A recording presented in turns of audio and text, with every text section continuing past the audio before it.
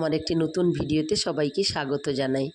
তো আজ সোমবার সকালবেলা ঘুম থেকে উঠেছি প্রায় 5:30টার দিকে। তো উঠে বাড়ির যে কাজকর্মগুলো থাকে, ঝাঁটানো, ঘর মোছা, উনানে লাতা দেওয়া, চান করা, পূজা করা, গাইর দুধ দোয়ানো, সেই সব সেরে আমি আলু আর কুঁদলি ভেজে নিয়ে বসে গেছি মুড়ি খেতে। আজ আমার শরীরটা কিন্তু খুব একটা ভালো নয়, তার জন্য মুড়ি খেতে বসে গেছি।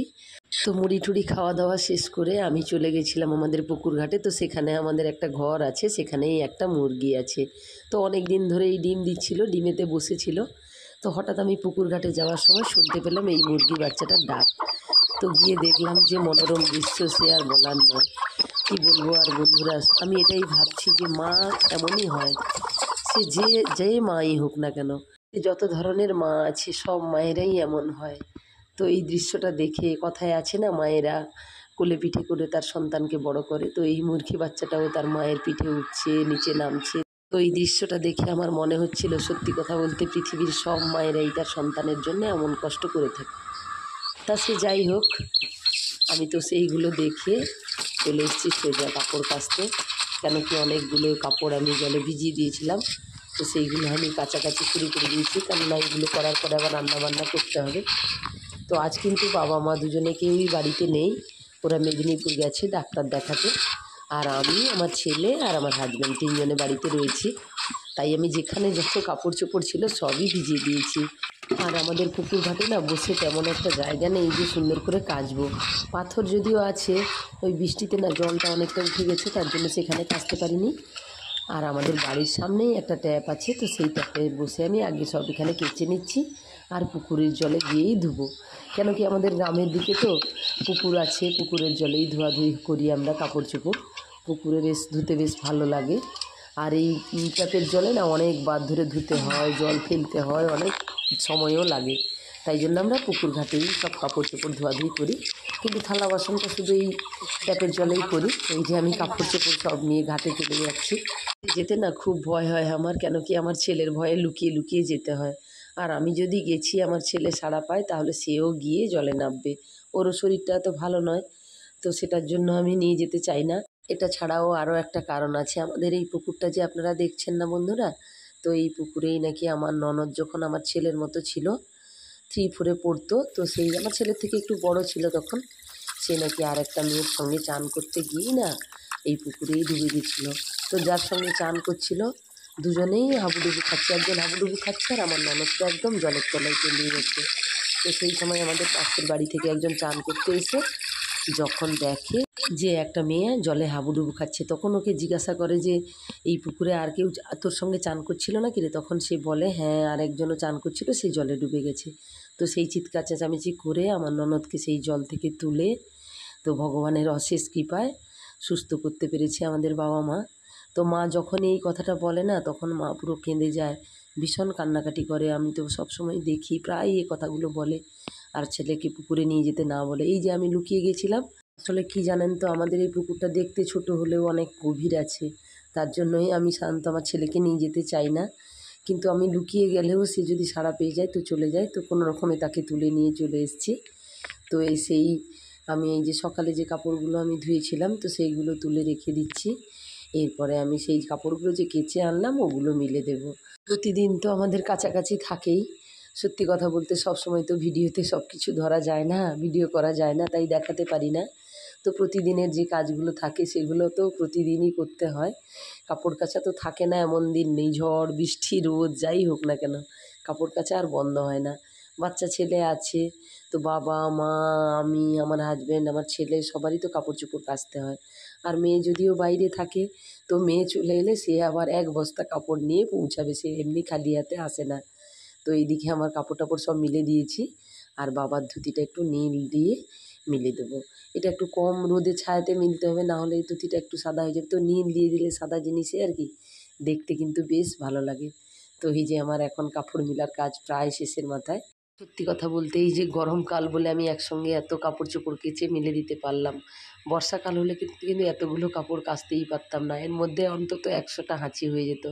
আমার একটু ঠান্ডার প্রবলেম আছে, তার জন্য বর্ষাকালে আমি একটু কম কাপড় কাচি, আমার হাজব্যান্ডই সাহায্য করে দেয় আমাকে।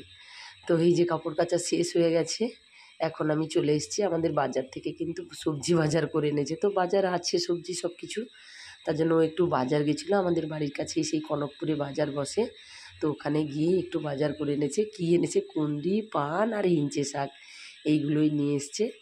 আর আমি বসে বসে এগুলো গুছিয়ে দিচ্ছি, কেন কি ধুয়ে নিতে হবে, তারপরে জল ঝরিয়ে আবার ফ্রিজের মধ্যে ঢোকাবো। তো বন্ধুরা, এই যে আপনারা হিঞ্চে শাক দেখতে পাচ্ছেন না, ওই হিঞ্চে শাকগুলো আগে কিন্তু আমাদের এই পুকুরের ধারে অনেক হিঞ্চে শাক হতো, তো বাজার থেকে কিনতে হতো না। এখন কিন্তু আর এই শাকগুলো দেখতেই পাওয়া যায় না। আমাদের যদিও গ্রামে বাড়ি, তবুও আমাদের বাড়ির কাছাকাছি কিন্তু এই শাকটা এখন আর পাওয়া যায় না। তাই ও বাজার থেকে আমি কিনে আনতে বলেছিলাম, ওখান থেকে কিনে এনেছে। কী আর বলবো, আমার না এই হিঞ্চে শাক খেতে খুব ভালো লাগে। তো তরকারি করলেও ভালো লাগে, সবচেয়ে বেশি ভালো লাগে মাখা। তো সেদ্ধ করে পেঁয়াজ লঙ্কা তেল দিয়ে মাখালে যা দারুণ লাগে, সে আর কি বলবো আপনাদের। আমার ওইটা হলেই ভাত খেয়ে নেব আমি। তো যাই হোক, আমার ধোয়াধুয়ি সব হয়ে গেল, দিয়ে আমি এই যে বালতির মধ্যে রেখে দিলাম। রেখে দিয়ে আমার এই যুদ্ধ শুরু করব এবার, যেটা আমার প্রতিদিনের যুদ্ধ থাকে। তো আজ আমি না সেই উনান ধরিয়ে উনানেই ভাত তরকারি রান্না করার ইচ্ছে আছে। তো বাবা মা তো নেই, তেমন কিছু রান্না করব না। আমি সোমবার আছে আজ, তো সোমবার তো আমরা নিরামিষ খাই, আমি আর আমার হাজব্যান্ড দুজনেই নিরামিষ খাই। তো কী আর বলবো, আমি তো প্রায় 15 বছর ধরেই নিরামিষ খাই, আর আমার হাজব্যান্ড কিন্তু নিরামিষ খেত না। তো 2 বছর মতো হলো আমার হাজব্যান্ডও নিরামিষ খায়। একবার আমরা সেই চন্দনেশ্বর মন্দিরে গেছিলাম আমার ছেলের মানত শোধ করতে। তো সেখানে গিয়েই আমার হাজব্যান্ড পুজো টুজো দেওয়ার পরে আমার হাজব্যান্ড সিদ্ধান্ত নিল যে না, সেও আর ওই আমিষ খাবে না সোমবারে, সেও আমার মতো নিরামিষ খাবে। এই কথাটা শুনে তো আমার ভীষণ ভালো লাগলো। তো আমার হাজব্যান্ড কিন্তু প্রথমে এইসব মানতই না, আমি একা একাই নিরামিষ খেতাম, তারপরে কিন্তু ও এখন থেকেই নিরামিষ খায়, প্রায় 2 বছর হয়ে গেল। তো এইদিকে আমি তো, বাবা মা নেই, বাবা মা থাকলে তো একটু মাছ টাছ রান্না করতাম, বাবা তো মাছ ছাড়া খেতেই পারে না, তার জন্য আজ মাছ আর রান্না করব না। তবে আমার ছেলে আছে, কি হয়। আর এইদিকে না আমি উচ্ছা ভাজবো, বেগুন ভাজবো, আর আমি একটা সবজি কুঁদরি আর সব রকম সবজি দিয়ে পুঁই ডাঁটাটা দিয়ে একটা তরকারি করব। আর ডাল করব, আম দিয়ে টক ডাল। তো এই তরকারিগুলো আমি করব। তো সেই মতো আমি সবজিগুলো কেটে নিচ্ছি। সোমবার যে আমি ওই নিরামিষ রান্না বান্না করে খাই, আমার কিন্তু কিছু মনে হয় না। তো আমার তো হাজব্যান্ড এসে বলছে যে ওই উচ্ছা আর পুঁই ডাঁটা আর টক ডাল সব একসঙ্গে খেয়ে নাও, অ্যাসিড হয়ে যায়। তো কী আর করবো, আনাজ টানাজ যখন কেটে ফেলেছি, এগুলো রান্না তো করে ফেলবো। তো উনানে ভাত বসিয়ে দিয়েছি, আর এইদিকে আমি উচ্ছা আর বেগুন টেগুনে নুন মাখিয়ে সবজির তরকারিটা বসিয়ে দিয়েছি, আর গ্যাসের একদিকে আমি ডালটা সেদ্ধ করতে বসিয়ে দিয়েছি। তো একে একে আমি রান্নাগুলো করে নেব। তো এইদিকে আমি ভাত হয়েছে কিনা দেখে, তো ভাত নামিয়ে দিয়ে আমি সোজা উনানে নিয়ে চলে গেছি ওই সবজির তরকারিটা। তো সবজির তরকারি নামিয়ে এবার আমি ডালটা বসিয়ে দেব। তো ডাল তারপরে ভাজাভাজি করে নিলেই আমার রান্নাবান্নার কাজ হয়ে যাবে। তো কি বলবো আর বন্ধুরা, আপনাদের মনে হয় যেন এই রান্নাবান্না থেকে একটা দিন যদি বিরতি পেতাম, তবে কত না ভালো লাগতো। মাঝে মাঝে এটাও মনে হয়, কেউ যদি রান্না করে ডাকতো যে তুমি খাবে এসো, তো সত্যিই ভালো লাগতো। তো সে তো আর হয় না, ছেলে মেয়ের জন্য তো রান্না করতে হবে, বাড়ির সবার জন্য রান্না করতে হবে, সে আর কি করার আছে। তো আমার এই রান্না প্রায় শেষের দিকে। গরমকালে রান্না করতে খুব কষ্ট হয় বলে তো এটা ভাবি, কিন্তু আমাদের এই গ্রামের দিকে না বন্ধুরা, অনেক মেয়েরা আছে যারা শুধু রান্না করে না, আমি তো শুধু রান্নাই করি আর একটু আধটু বাড়ির কাজকর্ম করি, কিন্তু আমাদের এই গ্রামের দিকে কত মেয়েরা আছে, তারা মাঠে কাজ করে, মাঠে ঘাটে সব দিকে কাজ করে, আর এসে আবার রান্নাও করে। অনেক মেয়েরা আছে সেই কাজে ভোরবেলা থেকে বেরিয়ে যাবে বলে রাত 3টা থেকে উঠে তারা রান্না বান্না শেষ করে তারপরে কাজে বেরিয়ে যায়, আবার এসে খাওয়া দাওয়া করে। ভাবলে আমার মনে হয় আমি আর কতটুকু কাজ করি ওই গ্রামের মেয়েদের মতো। তো যাই হোক, আমি ওই থালি সাজিয়ে নিয়েছি, আমার ছেলের জন্য তো ডিম ভেজিয়ে দিতেই হয়েছে, না হলে সে খাবে না। তো আমি যেহেতু ভিডিও ক্লিপ নেব, তাই ওই ডিম ভাজা দিয়ে আজকে থালি সাজিয়ে সেটাই আমি ক্লিপগুলো করে রেখেছি। আর এই দিকে আমরা খেতে বসে গেছি। আমার ছেলেকে একদিকে দিয়েছি, কেন কি ওই খেতে খেতে আর কি, ডিম ভাত খেতে খেতে আমাদের তুলে দেয় কখনো কখনো, আর আমরা দুজনে বসে গেছি খেতে। তো দুজনেরই তো নিরামিষ। তো বাবা মা বাড়িতে না থাকলে ওই খাওয়ার সময়টা না খুব মন খারাপ হয়, কেন কি আমরা তো সবাই একসঙ্গে মিলে বসে খাই। তো বাবা মা থাকলে আমার ছেলের সঙ্গে কত কথা বলে, খাওয়া দাওয়ার সঙ্গে বেশ একটা ভালো লাগে। আর ওরা সেই বাড়িতে না থাকলে আর কি, সারা বাড়িটা কেমন একটা ফাঁকা ফাঁকা লাগে, একদমই ভালো লাগে না, বাড়ির ভেতরে ঢুকতেও ইচ্ছে করে না, রান্না তো একদমই করতে ইচ্ছা করে না। আর আমার ছেলে তো সবসময় বলতে থাকে দাদু ঠাকুমা কখন আসবে, কী করবে, এগুলো বলতেই থাকে। তো যাই হোক, আমার তো খাওয়া দাওয়া শেষ হয়ে গেল। এখন আমি এই যে থালা টালা গুছিয়ে লাতা দিয়ে নিচ্ছি। এরপরের যে কাজগুলো থাকে সেগুলো সত্যি সত্যি কষ্টের, আগের ভিডিওগুলোতেও আমি বলেছি। তো সে কষ্ট ভাবলে তো হবে না, তো কাজগুলো তো করতেই হবে। তাই আমি থালা বাসন ধুয়ে নিচ্ছি। তো আমার এই থালা ধোয়া হয়ে গেছে। এখন আমি এখানে থালা বাসন সব রেখে দিয়ে আমি যেখানে ভাত রান্না করি, তো ওই জায়গাটা একটু ভালো করে লাতা দিয়ে আমি বুলিয়ে দেবো। কেন কি আমি না রান্নার পরে করি না, এই খাওয়া দাওয়া শেষ হয়ে গেলে আমি একদম গোটা ঘরটা ভালো করে মুছিয়ে দিই। তো পুরোটাও করি, নাহলে ওই রান্নার জায়গাটাও করে নিই। তো সেই মুছামুছি ধোয়াধুয়ি সব কিছু শেষ। এখন শুধু কাপড় তোলার পালা। তো প্রচণ্ড রোদে তো কাপড়গুলো ভীষণ কড়কড়ে হয়ে যায়। তাই জন্য আমি খাওয়া দাওয়া শেষের পরে যে কাপড়গুলো কেচেছিলাম সেগুলো আমি তুলে রেখে দিচ্ছি। তো এইগুলো তুলে নিচ্ছি। আর আজ যেন না প্রচণ্ড বাতাস হচ্ছে, মেঘটা যেন কেমন কেমন মনে হচ্ছে, কী জানি কী হয়।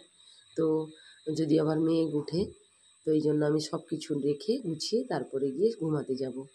তো সত্যি যেমন কথার তেমন কাজ। তো আমি না এই 3টার দিকে কাপড় চোপড়গুলো তুলেছিলাম, আর 3:30টার দিকে কী প্রকাণ্ড মেঘ উঠে গেছে, হঠাৎ আমার ঘুম ভেঙে গেছে যখন দেখি প্রচণ্ড মেঘ উঠেছে। তো সেই আমি যে বলেছিলাম না আমাদের বাড়িতে আমচুর ছাদে রোদে দিই, তো সেই আমচুর তুলতে গিয়ে দেখি কি বাঁদরের তাণ্ডব। আর এদিকে ভীষণ বাতাস উঠছে, মেঘ করেছে, আর আমি সেই বাঁদরগুলোর একটু ভিডিওও করে নিচ্ছি। তো বলতে বলতে কিন্তু বৃষ্টিও নেমে গেছে।